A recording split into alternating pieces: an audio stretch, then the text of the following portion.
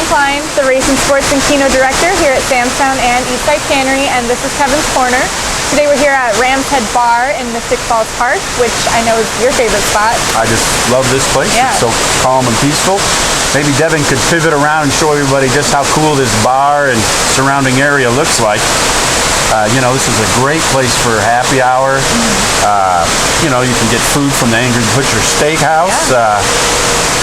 You know, it's one of my favorite places, and you all need to check this place out sometime. Yeah. You won't regret it. Great. So I know that preseason NFL is over and college has started up.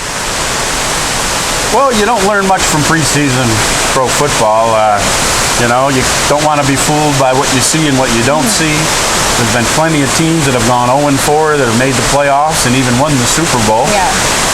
There's also been a team like my Lions that have gone 4-0 in the preseason and have gone 0-16. History books. But anyway. Okay. Well, I know college had a nice slate of games yesterday. Did you learn anything from those? I did. I know UCLA looked awful boring, and I wouldn't touch them until they proved me wrong. Gotcha. And Clemson's offense is dynamic again. I mean, they're so fun to watch, and they just light it up. And then Utah's defense is going to be a monster to play against for any team. I mean, I just like that defense. Yeah. They're probably the Pac-10 favorite, and they should be. Okay, cool. So do you have any tips or strategies for a college football bettor? Yeah, a little tidbit. You should always apply what I'm about to tell you in your handicap and thought process of college football. Okay. Two things: looking ahead and letdown games. These two scenarios. Example. Say Wisconsin is playing a real inferior team at home. They're like 20, 30 something point favorite. Their next game is like going to the big house in Michigan. Okay? They're going to be looking ahead to that game. The coaches will be looking ahead to that game. So Wisconsin, say they get up by 20. They don't care if they win by 30. If it's the fourth quarter, they're going to rest those guys so everybody's healthy going into the Michigan game. So you want to be careful with that. That might be a good place to bet the underdog. Okay, because they're looking ahead. The letdown game, another scenario. Wisconsin's at Michigan. Okay, they're a 6-point underdog.